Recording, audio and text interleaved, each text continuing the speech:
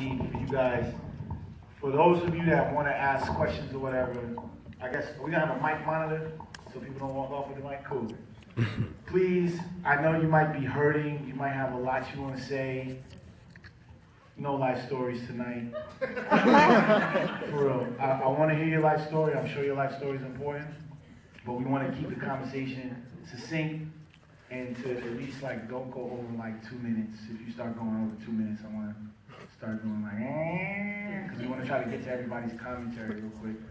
And those people who have questions, I want to try to get to a solution. Before we do that, I want to impress the importance of recycling this dollar. There was something said in the movie, in the film, about the money in our counterparts, more specifically in the Jewish community, our Jewish brothers and sisters. Their money moves 13, 14, 15 times before it exits, right?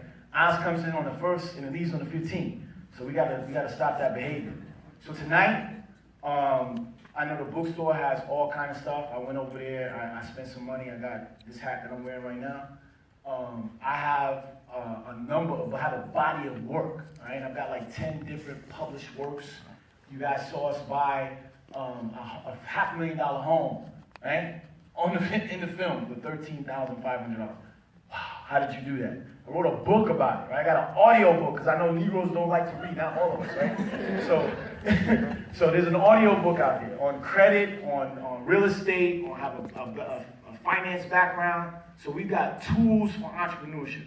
What I'm getting to is that we should not leave here with product. Their product should be sold out, their t-shirts, their hats, all of this type of paraphernalia should be sold out. The Sekou's daughter should not have any food, no edibles when she leaves. We shouldn't have any audiobooks going back to the land, all right? So just want to put that out there. Let's get started with this dialogue, because the dialogue is very important.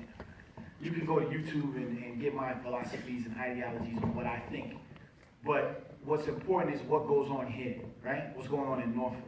There's a lot that's happening here right now. There's real estate in terms of economic development.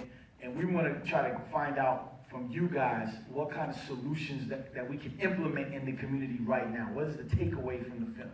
So with that being said, do we have any questions as to what you saw in the film and what can be done in your community to try to address these issues of this economic depression that we're going through nationwide? Class. Okay, we got one. What's your name? Siobhan. Siobhan. Hi. Hey, how are you? Can I just talk loud? No. Okay. I'm a new entrepreneur. I started an Italian IC vendor's cart in Suffolk. I'm from Brooklyn, New York. Okay, awesome. Real quick, which one was it? Was it a franchise? It wasn't a franchise, however, Okay. I brought the cart and the umbrella and everything I was needed to start the business from a company in New York. Was it the little errands? Little errands, right. That's how do you know? Because I'm an entrepreneur. Okay. So I started the business, and Right. this season is my second season. I'm experiencing from my brethren and my sisters, it's a $2 IC, and I get so much slack on, oh, that's too much money, or can I get a free one? And in the movie, we talked a lot about trust. I don't trust my brethren because even if I do business with them, they want an extra deal off the deal I'm already giving them. So I'm not seeing a profit, but you just want to come out and give you free. Everything has to be free. How do I get that mentality out of my head to trust them more when I experience this every event? When I go to events, so the other brothers and sisters of the Caucasian type, they spend $3 for it. Oh, yes, definitely. And tell me, oh, that's cheap. Right. But my brothers and my sisters is $2. Well, how big is it? Yeah. Oh, can I get a friend if I buy another one? I mean, I'm having the same problem. I'm an entrepreneur, but I also have this, speaking career. And, there's a fee for us to move and speak, But we have to change some things, for churches and schools, I got to charge one price. But for Cornell University, you pay $15,000 for me to speak for an hour. But let me put this off on what you're dealing with. We have to, together, work through this, right? because you have a viable business right here. Is your business on the beach? Do you take these carts out on the beach? Actually, I'm in Suffolk, so the majority of my business is in Suffolk, and when I do like a Parks and Rec event, I'll come out here. Okay, so I would invite you to think about this, because that cart business is real business. It's not a fake business. Oh. In order for you to grow that business, you're gonna have to push past this trust issue. Because right now, you've got to duplicate yourself.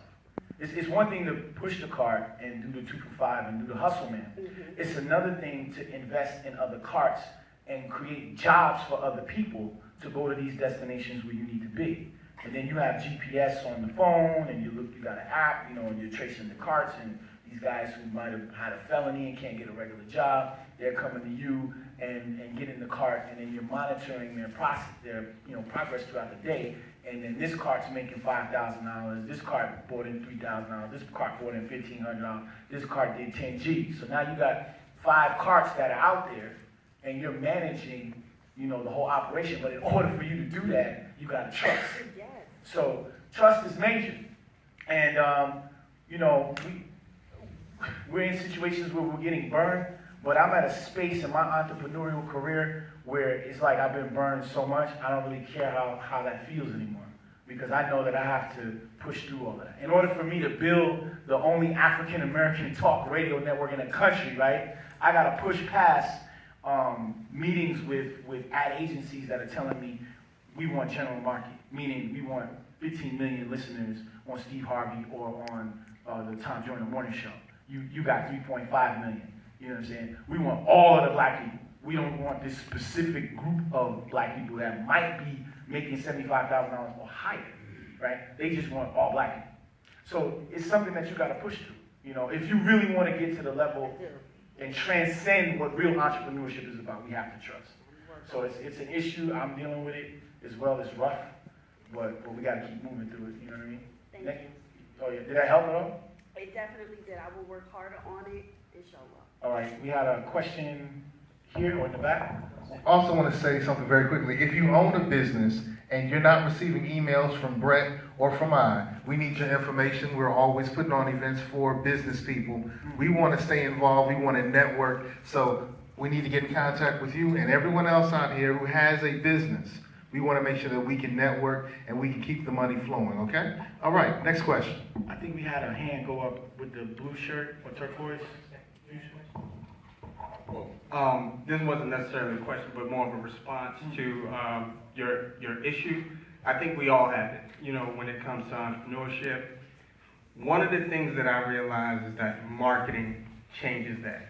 They said it in the film how European cultures came in and marketed well. So when it was time for integration to start, we ran to their things because it was marketed well. One of the things I built my business on now is marketing.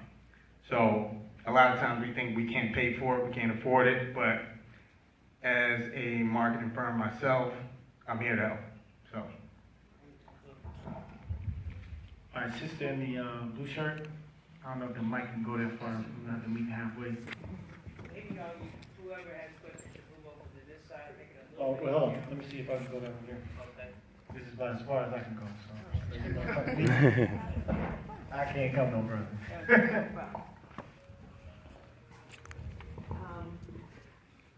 I have a statement and then a question. I have owned like a coffee shop and a Liberty tax office. I now own a tax office and have a financial investment securities and all that kind of thing. And insurance, health, life, property and casualty, all that.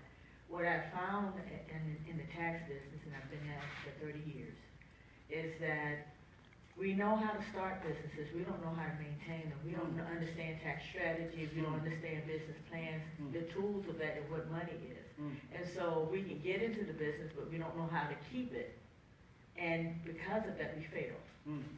I think that a part of this has to be that we have to actually educate. So the question I have for you is, you said something that I thought was traumatic, was that we should be overfunding in life insurance and using that as a tool. So we know that we need business. We know that we need to keep our money in the black community, but we don't know the strategies for that. Is there, I know that you said you had some information out in your books.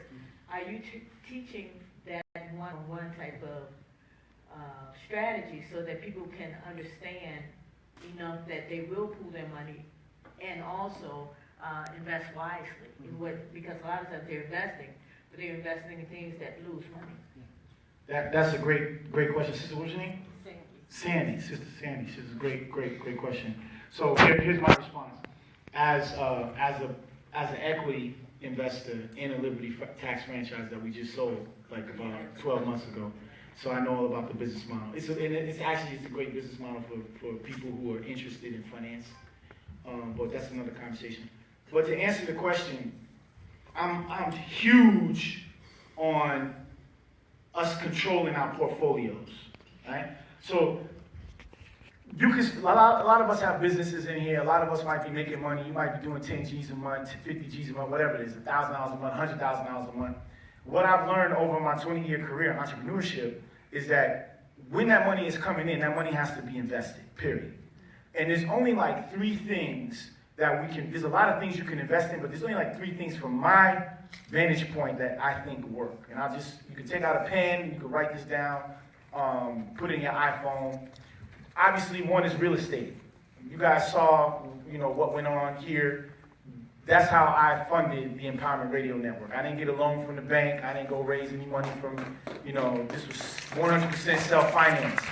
And this is our 4th year of not having an actual sponsor. When Walmart, when the Home Depot are not major sponsors of that. That came out of my pocket, all right? So real estate is one of those things. The second thing that I think is extremely important is precious metals. We just lost Dr. Sabi. I don't know if a lot of you know who Dr. Sabi is, okay? I was very close to Ma'a and Dr. Sabi and his daughter. And of course, some of us might know Lisa Left Eye Lopez of TLC. And Left Eye spent 41 days in a phosphorus bath in this village in Dembali at the Usha Institute. And during those 41 days, she was able to clean her liver of her alcoholism addiction. But in the 42nd day, she died. And that's on YouTube. You can actually see somebody was filming in the back of the car. So what I'm getting to is that Saturday, Dr. Sabi was stopped at an airport in Honduras for carrying $37,000 in cash. You hear me? Now, a lot of us who move around internationally know that if you're coming through TSA and you got $37,000, I would need to give you $10,000, you $10,000, you $10,000, and I'm gonna keep 7, and we all gonna go through TSA. Or I would have $10,000 or $7,000 cash on me, and maybe $30,000 stitched into my dashiki as a gold thread. So when I go through TSA, I would take that dashiki off and have the dashiki, what they call assay, to have the materials taken out and then placed in bullion when I got to Dubai or wherever I was going. A lot of people don't understand any of those terms that I just gave because a lot of us are not moving in that way, okay? So Sabi knows how to move internationally. Why he would carry $37,000 to be stopped and placed in custody of where he died, okay? This is the man who's on the books of the United States Supreme Court curing AIDS, herpes, HIV, right? On the books. This is not something that we can dispute, okay? And he's gone. Because nobody in his camp thought enough to say, hey, that's too much to go through TSA. We might want to get some coins. You might want to get some, what is it, gold trading at about $1,200 a spot, 11 something a spot. That's like 20 coins. Come on, say. Ain't nobody in the camp thought to do that? So precious metals is what I'm getting at. Something we got to really think about. They call this thing capital controls that they're going to be putting on the money. And it's clear when we'll have another conversation later on about what they call an EMP, electromagnetic pulse. When that hits, you can't go to the ATM. There's not going to be any cash for you to get it. So if you want to diverse your portfolio, you got to have access to precious metals. So that's number 2 on the list. What's number 3, Dr. Anderson? Insurance. I speak heavily on insurance. If I do a real estate deal and I come off the closing table with $100,000, $250,000, I'm not putting that money in Bank of America. I would be an idiot to do that, right? So what are you going to invest it in, Dr. Anderson? I can put it in an insurance policy. There's a book written by a gentleman. He's an older white gentleman, but this guy is one of the most intelligent people I've ever read. His name is R. Nelson Nash. Y'all should all be writing this down. R. Nelson Nash. The book is called Becoming Your Own Banker. This book is nuts because what it gets into is how to utilize the insurance policy to create your own bank. So we're getting ready to go into production on a new film, right? It's called Black Wealth, Inside the Minds of Black Multimillionaires and Billionaires. And we're running around doing straight interviews with like Bob Johnson, Sheila Johnson Lee, Michael Chin, Mr. Dangote, Jay-Z, and all these other quote-unquote successful black entrepreneurs, and we're trying to get the secret sauce. This is going to be the new film that we come out with in the next 24 months, right? How are we financing this? It's coming from an insurance policy. Hello? Right? Of what has two benefits. Number one, it has a death benefit, right? So if I get killed or something like that crazy happens, my family benefits, right? Between the tune of $5 and $10 million, okay? And then if you do a real estate deal and you make $100,000 or such, you got a cash value that you can access. Listen, when you go to insurance companies and you pull money down, you don't got to do no credit check. You don't got to be like, oh, I got to go through all that. I got to send in whatever my 6 months, 12 months bank statements is. Nobody does that. It's like, yo, I need this $100,000. I'm getting ready to go into production on the film. And actually, I'll take a loan out against it, right? So I don't have to deal, because I'm under 59.5, so I don't want to have to deal with the 10% or 20% in some instances that I would get hit with when I download the money. All right? So some of us are following this conversation and some of us are not. But even if you're not following this conversation, this is the litmus test for you to learn. Okay? Because right now, if we're not playing this game, finance as it relates to insurance, real estate, and precious metals, if you don't have them three things in your portfolio, you don't have a portfolio. Come on. We're putting all our money in a 401k. Listen, there's some chatter right now that says that the Social Security will be defunded in 2035. Ain't no money after 2035. So you really gonna come out here and play this game of entrepreneur-negroism and not have a portfolio plan where you managing your own money? Come on, man. I'm gonna let Smith Barney manage my money at 8%. And do you know what they're investing in, class? Something called Vanguard. Does anybody know what Vanguard is? Vanguard invests in something called the CCA. Anybody know what the CCA is? Corrections Corporation of America. It's the #1 investment in the United States. And they're giving you 8%, which means, in translation, you're taking part in the enslavement of your own people for 8%. But how many of you are really challenging Smith, Barney, Morgan Stanley, and the rest, JP Morgan, on what is my money being invested in? Oh, Dr. Anderson, we have you in softs, hards, we got you in some emerging markets, you know, everything's looking good. No, it's not looking good. And those are not investments that I approve of on my approved investment list. I'll take control of my own portfolio, thank you, and these are the areas that I'm going to play in because these are tangibles and I can have some type of mitigating the loss on that area, period. But we're not moving like this. So this is what's important. This economic game is very important. What Jay-Z's talking about, what Beyonce's talking about, that don't matter. You get it? When we can start managing our own portfolios, start coming off these closing tables, even if it's just $10, $20, $30, $40, $50,000, whatever it is, put that money in insurance. Do some more real estate deals. Matter of fact, there's a book on Amazon right now that talks about self-directed IRAs as LLCs. Come on, man. Ooh, what the self-directed IRA is, Dr. Anderson? It's another conversation we can have in the back. But it's the most powerful instrument that you can use for real estate investing. And ain't nobody out here on the radio telling our people this. Every other kind of man that I'm sitting down with, they know this stuff. Like it's secondary information. Well, we're not getting hip to this. Ain't nobody coming to the community telling us, hey, you guys need to have self-directed IRAs. And from 40 to 60, you need to be making all of the gains that you can, putting them in insurance policies. So by the time you're 59.5, you got a $30,000 income coming in every month. You know what you can do with $30,000 worth of unearned income monthly? I'm on my jet. Or my twin engine, we was talking about the King Air, and I can afford the jet fuel to go to wherever the hell I want. Next question, I'm sorry, I'm on a rant. I'm on a rant. Please don't put that on Facebook. On YouTube.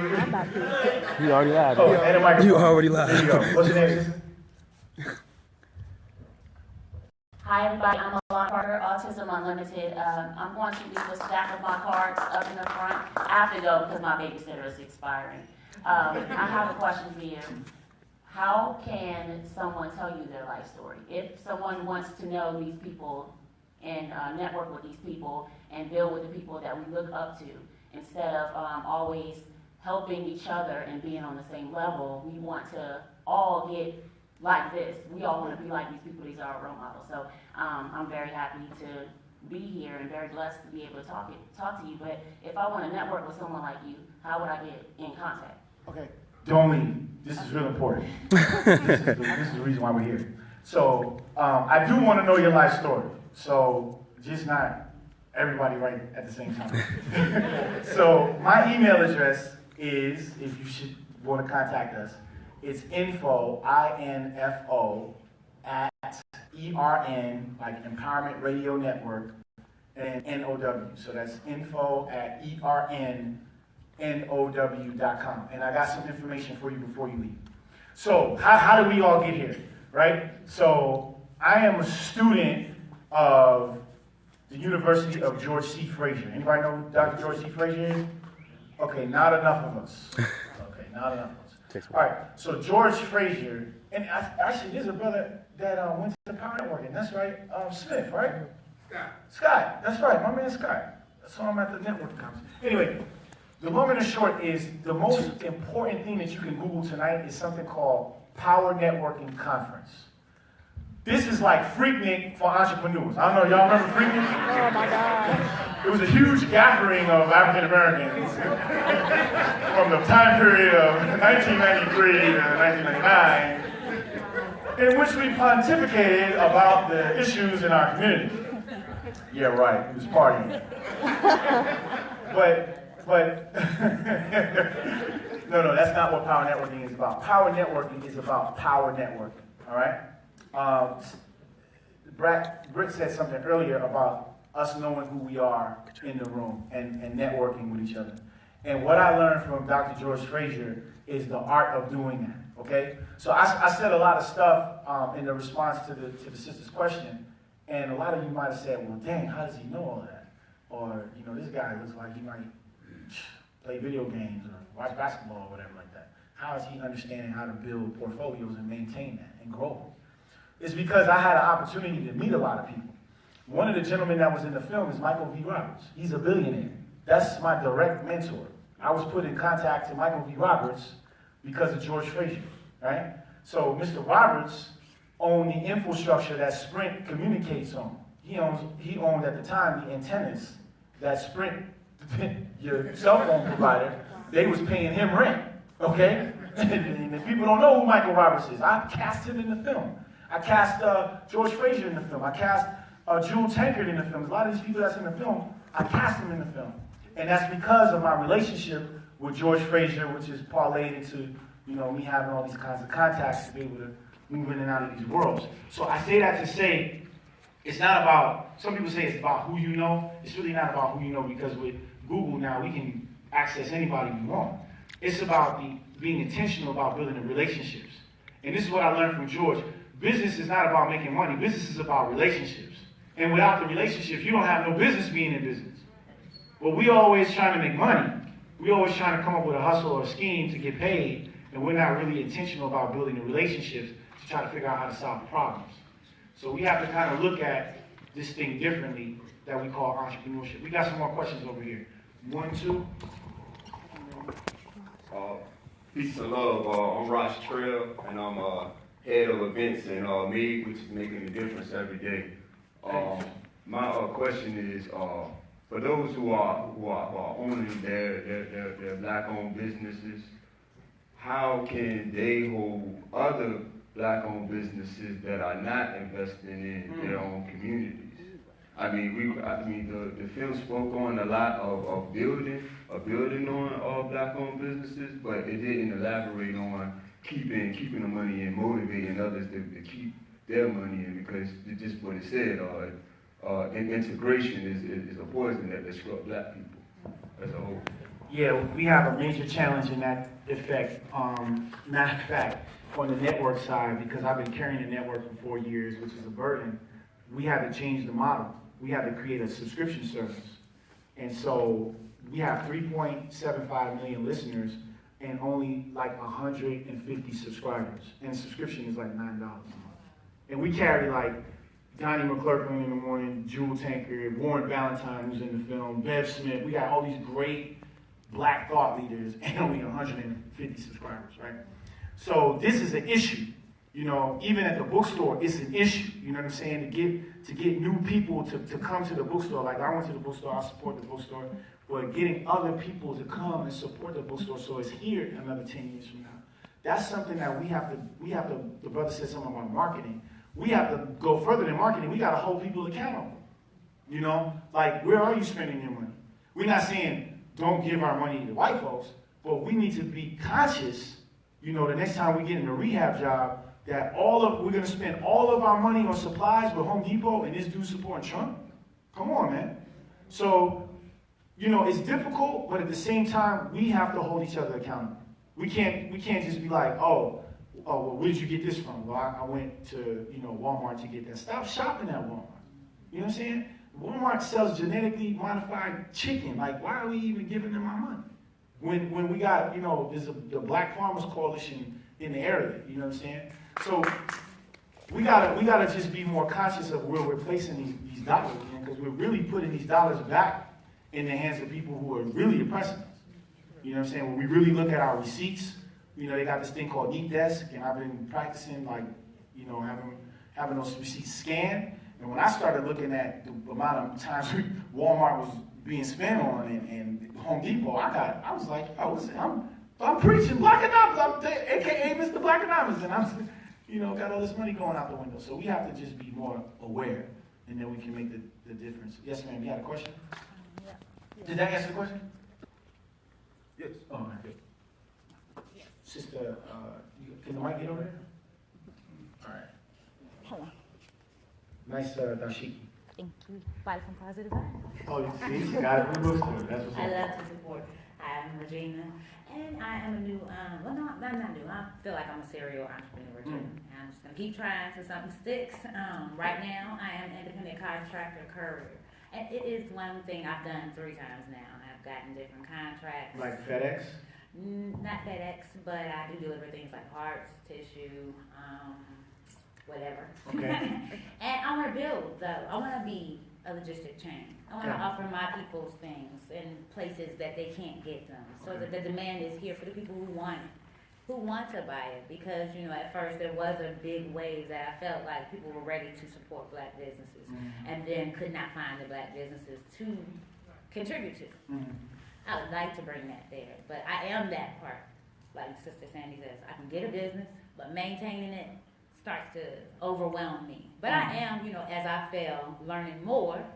And like this time, you know, previously when I took courier positions, I supported myself with my own pockets. And I'm coming out of unemployment. And so the gas money is gone quick. You know, no one tells me get a gas card, apply for, you know, credit in your business name. And it's like my credit is shot, so it's like how you trust yourself to build more. And I do lack the connections to people with business smarts. I want a group economic, but everybody in my group is about the same kind of broke. You know what I'm saying? So we want to move up. That's dangerous. Yeah, dangerous. It's very dangerous. It's very dangerous, and it makes me step lightly and carefully. So I want to know, you know, before this business can fail, you know, I will be investing in your tools and things like that. But I want to create jobs. I want to build on this. So this is what I'm hearing. And let me say this, like this is 20 years. It took 20 years to get here. This didn't happen overnight. You know, I had like 3 major failures. One of them cost me, you know, my family, and this is a lot. So I'm not just talking just to be talking.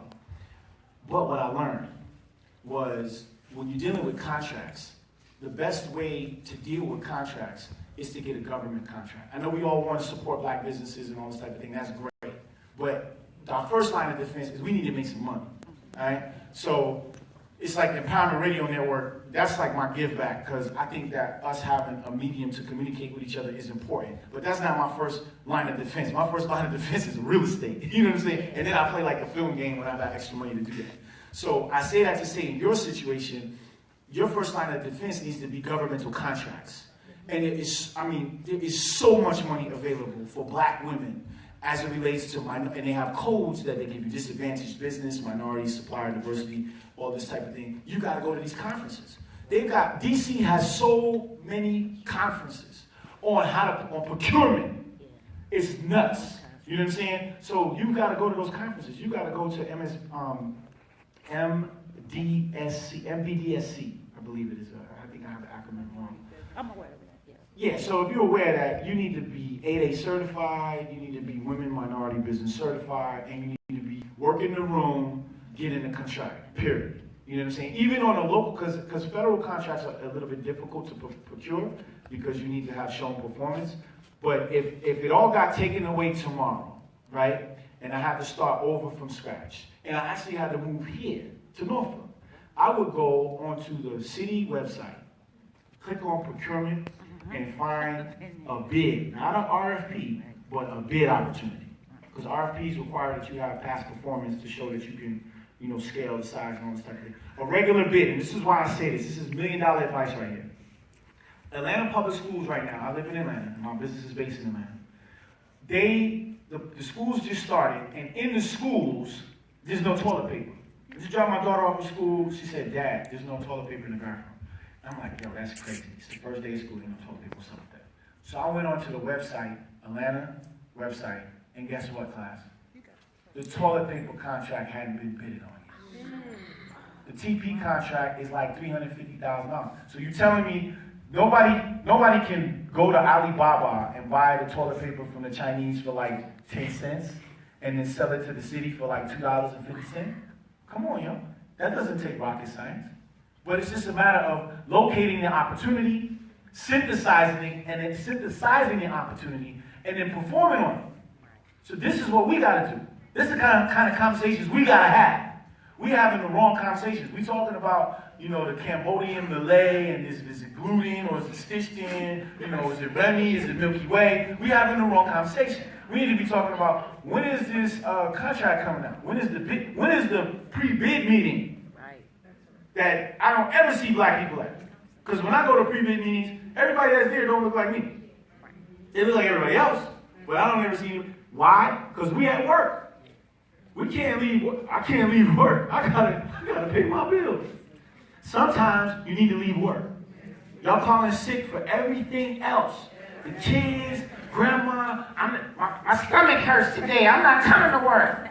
Every 28 days, my stomach hurts.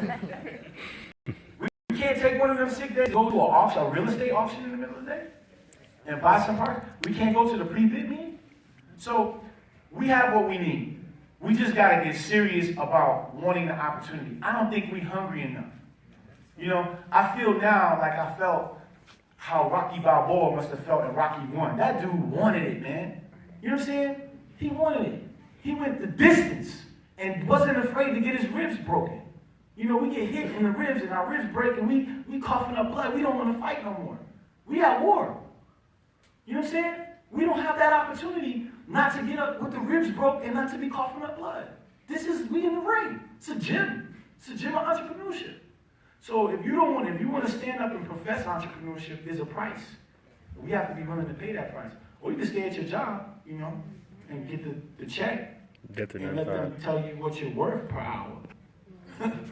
But you know, I'm not with that. Other questions over here? One, two? We'll grab one. Hello. Hey, thank you guys for coming out. My name is Mia. Hey, Mia.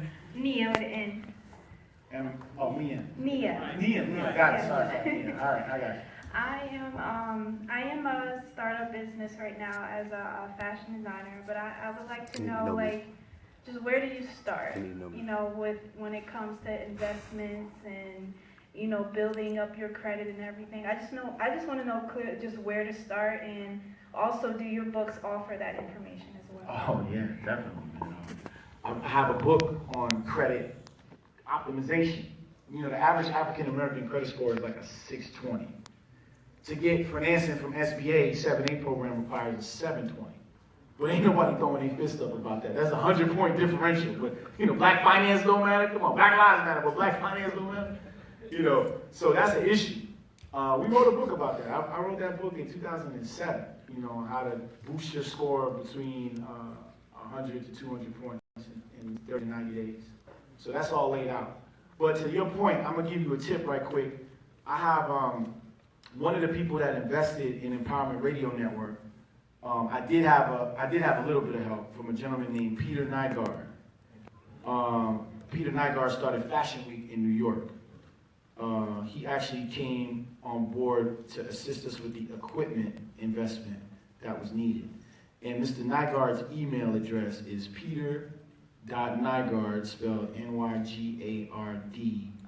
@nygaard.com. So I'm not going to read that again. But it's peter.nygaard@nygaard.com. Please Google him. This is not a regular person. This dude owns his own island in the Bahamas called Nygaard K. He's the real deal. He's on the billionaires list. He comes in about $980 million, so that qualifies you as a billionaire. That's his email address. Please use it accordingly. And you might have to get on a plane to go see him because he's quite a busy person. I think he's going to Rio to go watch the Olympics. So if you're real serious about fashion, you know, that would be somebody that I would go get some advice from. All right. Any other questions, class? We have some other hands up. One here and here. Okay. Mr. Smith, right? Scott. Sorry, Scott. Anyway, brother, thank you, appreciate it. Yeah. You touched on it quite a few times when you talked about portfolios. Could you give us what's the major components of a good portfolio? Well, I'm not a licensed Series 6 or Series 7, you know, SEC, you know, all of that mojo. So there might be some folks in here that's like, oh, you're giving financial advice. I'm not giving financial advice. I'm just telling you how I would handle that. So that's the disclaimer in my own portfolio. But there was a film that came out before Black Friday called Generation 1. You guys might want to go check that out. It was a film that I was a part of. And in Generation 1, this exact question was asked. Dr. Anderson, what goes into the portfolio? What are the components? What are the foundational blocks that you think need to be included? And so my response was, one, real estate. Real estate is the cornerstone of wealth. Brother Devin Robinson made a point that was like so profound, I had to write it down after seeing the film as many times as we've seen it. And what Devin said, I got it here, he had made mention about the acreage that's in the United States. And it says the overview of land use in the United States, the U.S. has 2.3 billion acres of land. Think about that, let that sit in, 2.3 billion acres. Of that 2.3 billion acres, 375 million acres are in Alaska, not suitable for agricultural production, but the land area of the lower 48 states is approximately 1.9 billion acres. 1.9 billion would it be? How many of that do black folks control? 500. What is 500? Devin said it's less than 1%, and that 1% was all black farmers. That means we don't got no land. We don't own nothing, is what that's saying, at a very, high level. So I say that to say that we gotta have land. We have to have some type of control on land. That's number one. What goes in the portfolio? Land, number one. Number two, businesses. All right? Businesses that are cash flowing can support the real estate investing effort. Okay? And so I would encourage you guys, instead of starting new startups, right? Because startups take capital. It takes investment. It takes knowledge of the marketplace. It takes marketing, all that type of thing. Why don't y'all go and buy pre-existing businesses? I mean, they got a website just like Craigslist. It's called Biz Buy Sell. Ain't nobody writing this down? Come on, y'all. This is $1 million advice. I'm just spitting it off. BizBuySell.com. Right? I bought a laundromat. Anybody seen The Blind Side? You remember that movie with Sandra Bullock? It won a Grammy, an Oscar, in film as Oscar. Well, when Quentin was in the laundromat, that was a place that I own in Atlanta, all right? And it was a cash flowing laundromat. It only cash flowed like $6,800 a month, but that was like $7,000 a month coming in coins, yo. It's a cash flowing business, right? So instead of coming up with an idea that you think is just so great, why not just buy a business that's already working, it's already cash flowing? You could have charged it. And I bought that business for $3,500. All right, and then sold it after the movie came out. We put it on Craigslist and then sold it for like $150. So what I'm saying is, business has to be a line of defense, more specific business. Line of defense. Precious metals. We talked about Dr. Sadie. And Sadie getting gained in Honduras for $37,000 in cash coming through. And they had TSA and then dies in prison on it. You know what I'm saying? So we got real estate, first line of defense, businesses, second line of defense, precious metals, these are tangibles, and I don't just mean gold, silver, I'm talking about rhodium, I'm talking about palladium, platinum, all these other types of precious metals, they all have a value, it's all on the table, they all have an exchange rate. And then when you get up, you get to what we call annuities, all right? These are the vehicles like you can utilize insurance, could be a part of that in the annuities, the 401k for investors, or what we call it, entrepreneurs, we have to have our own 401k plan. They call it a solo 401k. That's the next level. And then above that, we're getting into stocks, okay? And here's the game with stocks. They play you, telling you to buy stock in a company. That's why they call it common stock, because it's for the common man. Don't nobody buy no stocks that's trying to make money. They buy what, class? Commodities, right? They shorten the stock. They shorten it. They making money whether it's going up or whether it's going down. They do what they call calls and puts. They're buying options to be more clear on that. That's how money is made, right? Okay. Uber's getting ready to hit top of the year. It's going to have its own IPO, meaning it's going to have its own stock that the common man can buy, right? Right after Christmas, somewhere between November and December 25th, they're talking about releasing this stock. If it doesn't happen, then it's going to come out the top of the year. Ain't nobody going to make no kind of money on that stock. You know why? Because the money is made before the stock becomes public, right? So the question is, how do you get into the Uber game, have a position before that happens? We don't get access to that information. Why? Because we're not SEC accredited investors. I'm an SEC accredited investor, so I can tell you about this information because I know about it. Because it comes across my desk and they say, hey, we want to put $500,000 in the JP Morgan stock. Cool, this is what it's projected to make. This is the portfolio on Uber. It's the biggest thing, the biggest stock to ever hit in U.S. history. You want to get on board on this, Mr. Anderson? Well, I don't know. Let me think about it. I'll get back to you. That's the kind of information that's coming across the desk, right? Why? Because SEC accredited investors have access to that information. This is the information that we all need to have access to. So when we go through the list to answer the question, we got to start with real estate. We got to go to businesses that are actually cash flowing. We got to get into precious metals. We got to get into annuities, insurance, these types of things. We got to get into stocks. And then the number 6 that you can add on there is something called a foreign currency exchange. That's the biggest game in town. Every night, and you can Google this, it's called a bank sweep, right? You ever go and look at your account like at 2, 3 in the morning and try to go to ATM, you can't get your money out? You gotta wait till like 6, 7 in the morning to get it. You know why? It's because the banks Bank of America is notorious for taking everybody's deposit account, right? They do a bank sweep and they put it all in one account and they have a specific branch inside of the bank, overnight trading, foreign currency, FX, there's all these departments they have, and they trade your money. They do a pound, Swissy combo, or Swiss dollar, Aussie dollar, US pound combo, whatever the hell they're doing. They make it, and it's not even a human trading it, it's automated trading based off of algorithms from the market, and they're making billions of dollars, and then they put your money back in the account so you can use it at 7 o'clock in the morning. That's the bank game. Ain't nobody talking about that. We talking about Black Lives Matter. Ain't nobody and by the way, George Soros is the main capital contributor behind Black Lives Matter. Who George Soros is, Dr. Anderson? He's part of the Bilderberg group. Look him up. So, you know, how much influence do they really have when they're being controlled by George Soros? Come on. So anyway, that's the answer to that question, what goes on. We're going to get to him right quick. We had another question. Did I answer your question, Scott? Yes, sir. All right, those are the 6 groups, man. Put that down. That's called the portfolio equation. That's a big piece. Yes, sister? Hi, my name is Letitia, and my question, I too design clothing and jewelry, and one of the issues that I come across is people don't want to pay money for artistry. No. People don't understand that it takes hours. I'm self-taught. I've never so much as taken home ec. I taught myself how to use the sewing machine, and I don't use patterns or anything. And so it really is a work of art when I put some pieces together. And people don't understand that, first of all, that it can take hours for me to do this. And secondly, the cost of materials. Right. Especially fabric, okay? For a yard of fabric, it can cost $20 for some good quality fabric. So if you ask me to make you a pantsuit and I tell you $100, you're really getting a good deal. Right. One of the issues that I have is, I like your dashiki too.